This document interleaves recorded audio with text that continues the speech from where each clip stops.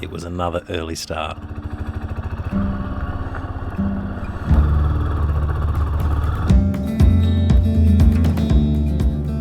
I'd only made it 5 kilometres down the road before I realised I'd made an error. It was too cold for the summer gloves I was wearing yesterday, so it was back on with the winter gloves. Let's try this again, shall we?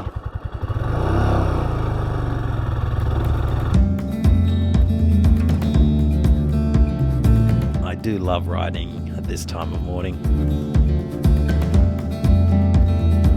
Soon I had to stop again. It was too cold for the rest of my body, so I put all the gear on. Whoops. Let's try that again. It seems to be the theme for the morning.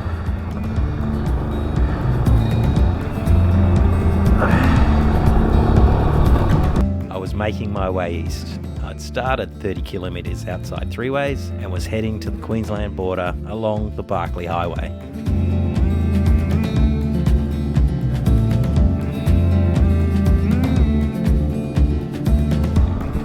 Now that's a bit more than just a rough patch on the highway.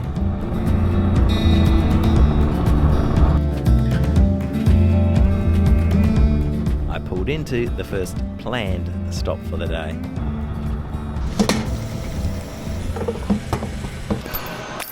It's made it to the Barkly homestead for fuel, and it is cold. I had to stop a second time and put on thermal legs and another thermal top and everything I had. This thing, the gloves weren't enough.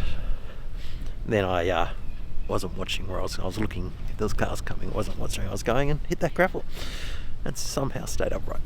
But anyway, we are at the Barkly homestead. This is the middle of nowhere, really. 20 years ago I came through here and there wasn't a tree or a bush. It was desert. So yes, they've had some rain since. I'm going to eat something warm and then continue to the Queensland border will be the next thing. I think it's about 230 kilometres, 230 k's. There's nothing else out here. Absolutely nothing. Except trees now. Oh, it's fresh.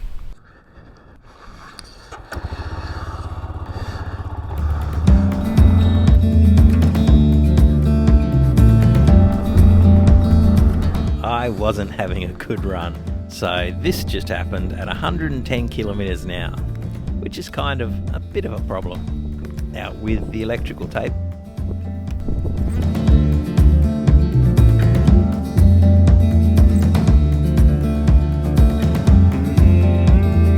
I had reached the open plains. There was a very strong crosswind from the right. The main issue with that is when trucks pass, they break up the wind, which becomes unpredictable, so you get thrown around a bit.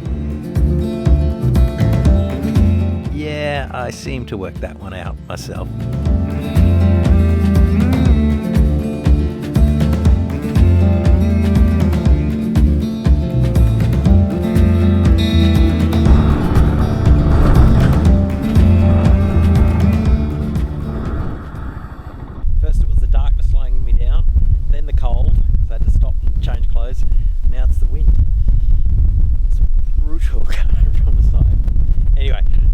Stopped here because there's a photo I've been trying to get for the last 20 years and I'm not sure if the wind's going to affect it. It may, but there's a single tree in a white field.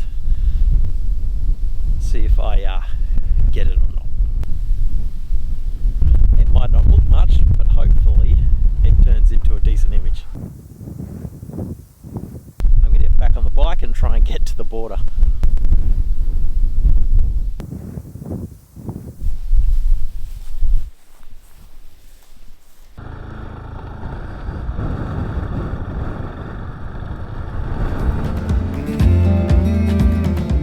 I continued making my way across the empty plains.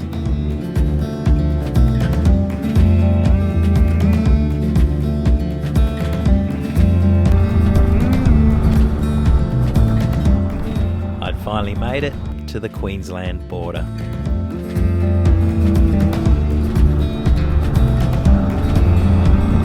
It's hard to see, but That is the old highway. I would have travelled on that when I was 17 in a combi heading to the coast with my mates.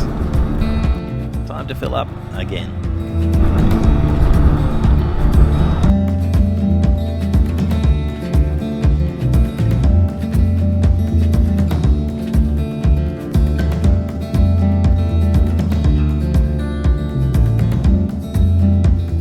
More mining trucks must mean I'm near the biggest town out here, Mount Isa. Mount Isa came into existence because of the vast mineral deposits found in the area. It is also one of the most productive single mine sites in world history, based on a combined production of lead, silver, copper and zinc.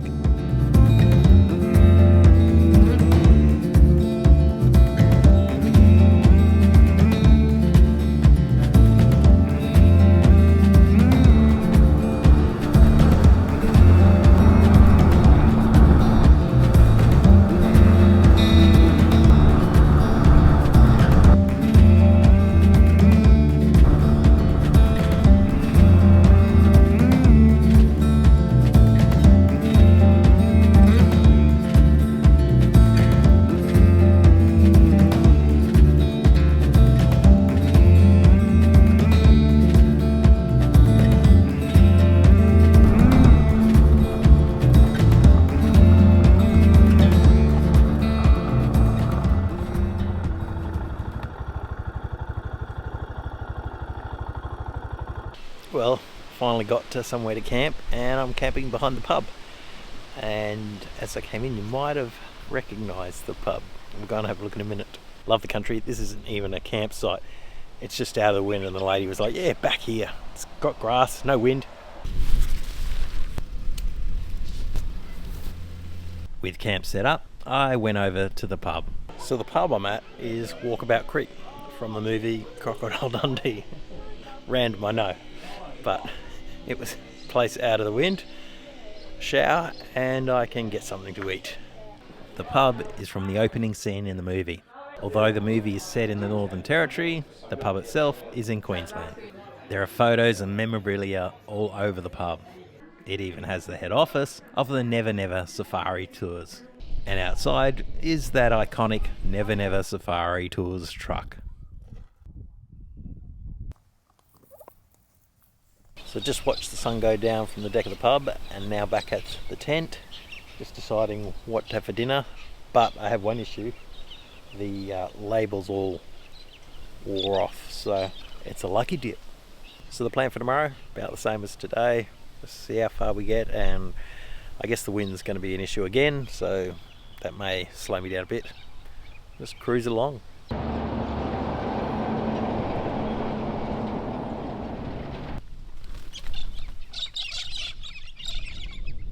So I bunkered down behind the toilet block as the light faded.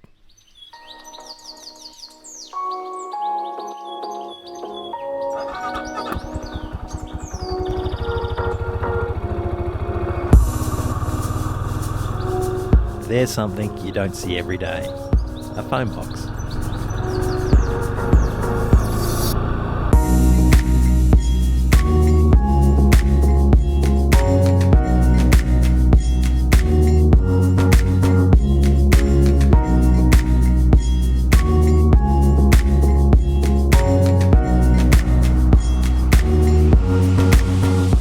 The fuel station hasn't opened quite yet. Neither has the Blue Heeler pub.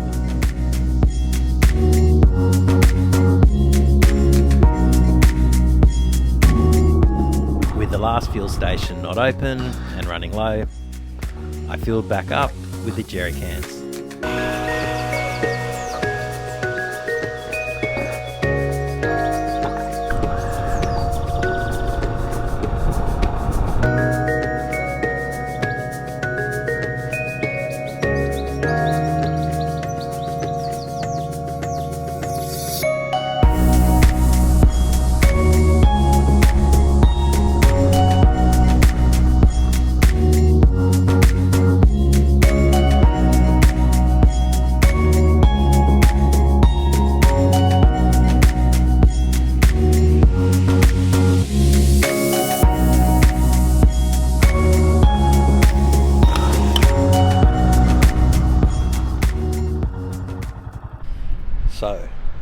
need to explain which international airline was founded in Longreach, or did they make it pretty obvious? For people who might not be from Australia and wanted to know, Qantas is Queensland and Northern Territory aerial service.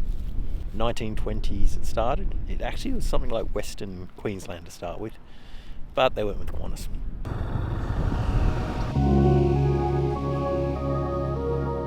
This is Ilfracombe, and they have a collection of old farming equipment running along the main street.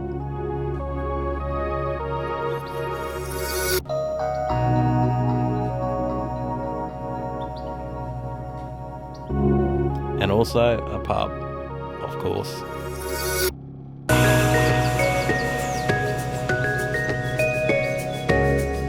I continued east, trying to make it all the way to the coast.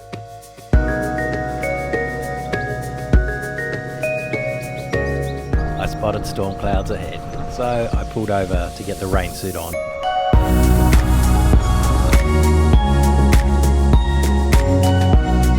Light rain started to fall.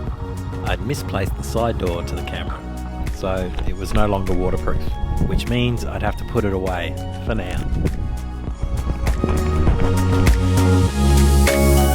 The rain had eased off, so it was back out with the camera.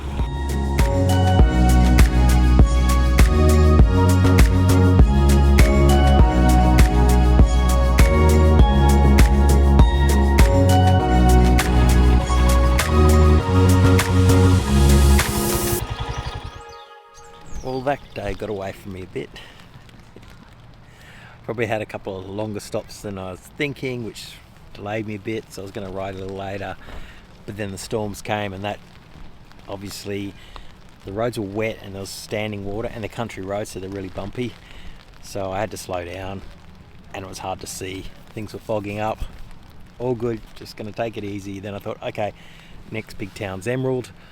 Got here just as it was getting dark, and I thought I'll be doing this from a motel room. I thought, got a little bit of budget left in the emergency fund.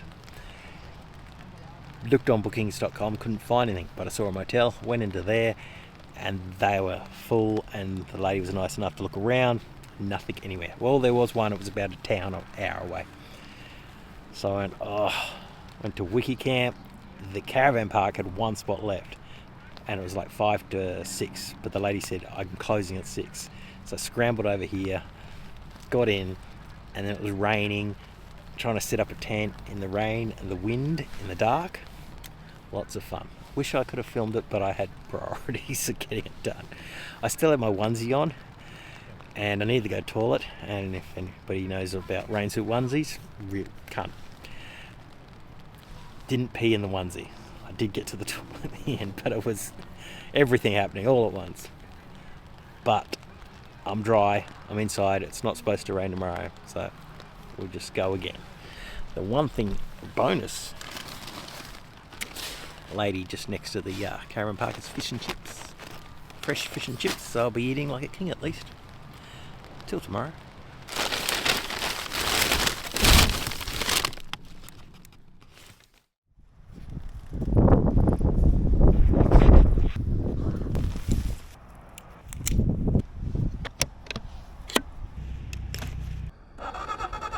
Well, this was it, the last day, and again, I was starting out in the dark.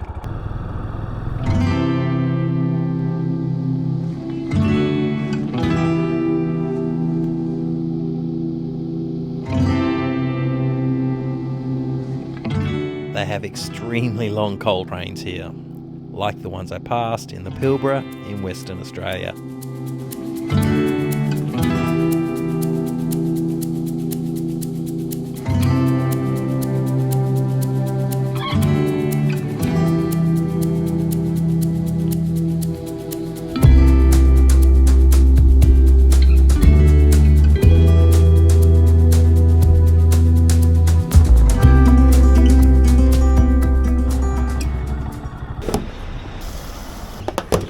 Got an early start again.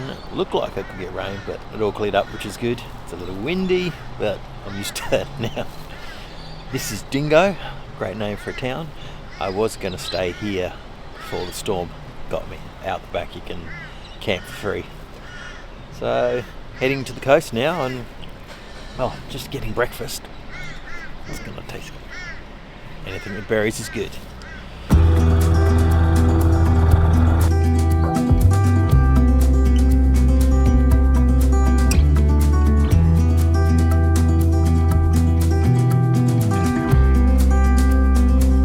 I had made it to the outskirts of Rockhampton. This is where I turn right to head south. It feels like I'm back in civilization again.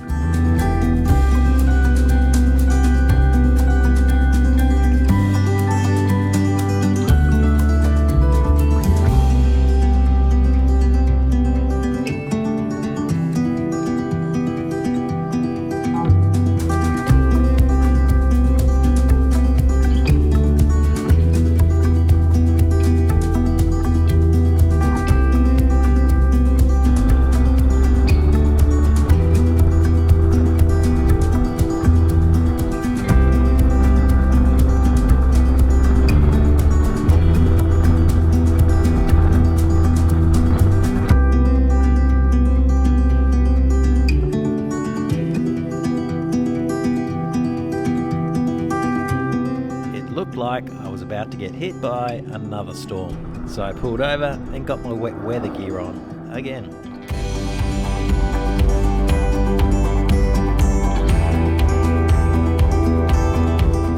With the rain starting, it meant I had to put the camera away again.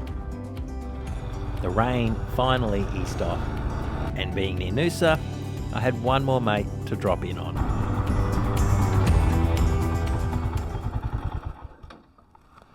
So I've pulled up at an old mate's place, Paul, who's one of the 3 guys I've caught up with, and this is Paul here. Yo. And this is where the road trip started. So when we were 17, we bought a 1978 Combi. Yeah. And basically we were in Darwin and we headed to the coast to go surfing. We did. That it, was it? Then I had kids and you kept surfing. This is the trip that cemented the love of road tripping and exploring that has continued to this day. So yeah, this is the last stop before I head home, probably in the dark. 35 knots southerly. Headwind. I rode the last couple of 100 kilometres of this journey in the dark, reflecting on the ride. When starting this journey, the only real plan I had was to head west and see places I hadn't seen before. The Flinders Ranges was definitely a highlight at the beginning, and the motorbike's ability to get me through the riverbeds and over the washed out rocky steep hills truly surprised me. Kangaroo Island and the remarkable rocks were stunning. Camping along South Australia's coast, riding the old air highway across the Nullarbor, Lucky Bay and the huge trees along the south coast. Margaret River is always spectacular. Seeing the pinnacles for the first time was pretty amazing. The vibrance of Hutt Lagoon, Kirrigini rock pools and gorges, again stunning.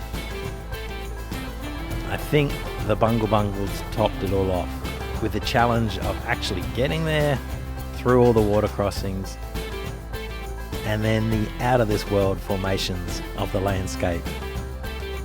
The ability to see such diversity of this landscape across this country, truly mind-blowing. You know, someone said they loved the Royal Enfield Himalayan because it looked like it had just been ridden out of an Indiana Jones movie. I'm not one to name bikes, but its ability to take you on an adventure and get you into mischief, but also somehow being able to get you back out again, definitely seems fitting to the name. So, if you ever were going to give these bikes a name, I think Indy would be perfect. This ride has definitely been an experience to cherish and made me hungry for more.